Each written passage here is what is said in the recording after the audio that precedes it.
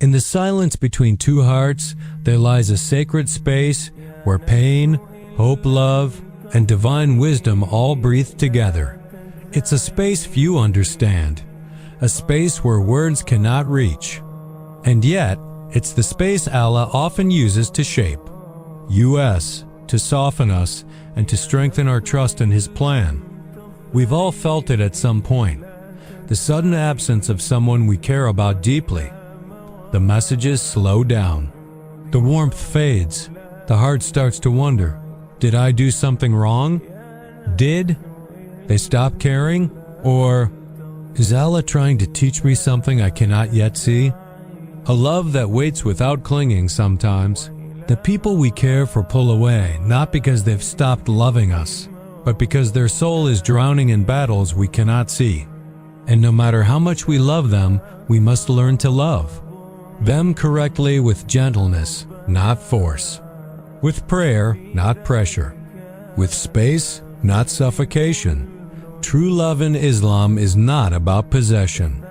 It's about protection. If your heart aches for someone who's gone quiet, someone who used to check in but now feels distant, know that this moment is not necessarily a punishment, but a pause. A divine pause. One that Allah has allowed not to break your heart, but to purify it. The wisdom of emotional distance there is a kind of silence that is holy, a silence that protects a heart on the edge of breaking, a silence that says, please be patient with me. I'm trying to survive something I don't yet know how to explain. You may think they are ignoring you, but in truth, they may be sparing you from the storm inside their soul. Some people walk away not because they don't love you, but because they don't want to damage you while they are damaged themselves. And that is where your test begins, not with their silence, but with your response to it when you don't understand. Surrender. The Prophet Muhammad once said, be gentle, for gentleness is not present in anything except that it beautifies it. Sahih Muslim. Your gentleness during this painful silence may be more powerful than you realize. You don't have to fix everything. You don't have to chase them. You just have to stay close to Allah, because even when they're no longer talking to you, Allah is. Even when you can't hear their voice, you can still hear your Lord's. In every verse of Quran, in every answered dua, in every test that teaches you patience. So what should you do when someone pulls away? 1. Resist the urge to blame yourself. One of Shaitan's cruelest tactics is to make you believe that you're the reason for someone else's emotional withdrawal. He whispers, you're not enough. If you were, they wouldn't have left. But remember this. People pull away for reasons far more complicated than you know. Trauma, stress, inner battles, fear of attachment, spiritual confusion. You may be the safest place in the world for their heart, but if they're still healing, even safety feels like a threat. So stop punishing yourself for a storm you didn't create. 2. Pray for them. Even if they don't ask, there is no love more selfless, more powerful than the love that turns into dua. Don't stop making dua for them just because they're no longer in your life the way they used to be. In fact, increase your dua, because maybe they can't talk to you, but Allah still listens when you talk about them. Your silent prayers travel further than any text you could send. And sometimes, that one dua you whisper at 2 may be the rope that pulls them back from the edge of despair. The Prophet said, the supplication of a Muslim for his brother in his absence will certainly be answered. Sahih Muslim. 3. Speak kindly of them. Even when they're not around, how you speak about someone who hurt you says more about your character than theirs. Don't allow your ego to turn their absence into ammunition. Speak well of them. Defend their dignity. Excuse their silence, because the truth is, you don't know what they're going through. And what if, one day, they return and realize you protected their name when they couldn't protect yours? Allah sees. Allah records. And Allah elevates those who restrain their tongues, even when their hearts are in pieces. 4. Reach out gently, but without expectation sometimes. People push you away to test if you truly care. But more often, they disappear because they feel unworthy of being loved at all. A gentle message, a soft reminder, a simple "I'm praying for you" without pressure or guilt can be more healing than you imagine. But here's the key. Don't expect a reply. Do it for the sake of Allah, not for validation, not for closure, just as an act of love. Because love rooted in sincerity doesn't demand reciprocation. It simply gives. 5.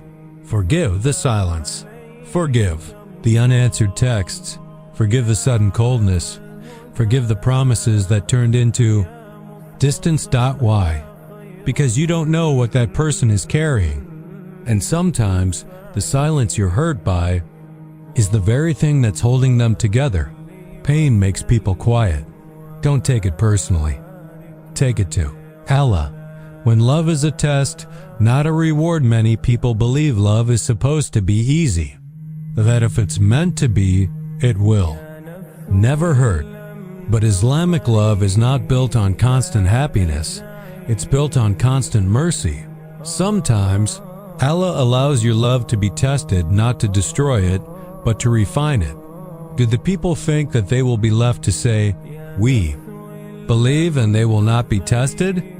Surah Al-Ankabut 29-2. Tests of the heart are among the hardest, but they're also the most rewarding because they reveal what kind of believer you truly are when things don't go your way. Will you be patient? Will you remain soft-hearted? Will you still love without becoming bitter? That is the real test. The storm that softens the heart silence isn't always rejection. Sometimes it's a mercy in disguise. A moment of divine separation meant to protect both of your hearts from premature destruction. Maybe you're both being prepared for a reunion that is far stronger than before. Maybe this heartbreak is not the end of the story, but the middle of a chapter where both of you grow closer to Allah, so that if you ever come back together, you meet as healed souls, not broken ones. Allah says, "Verily, with hardship comes ease."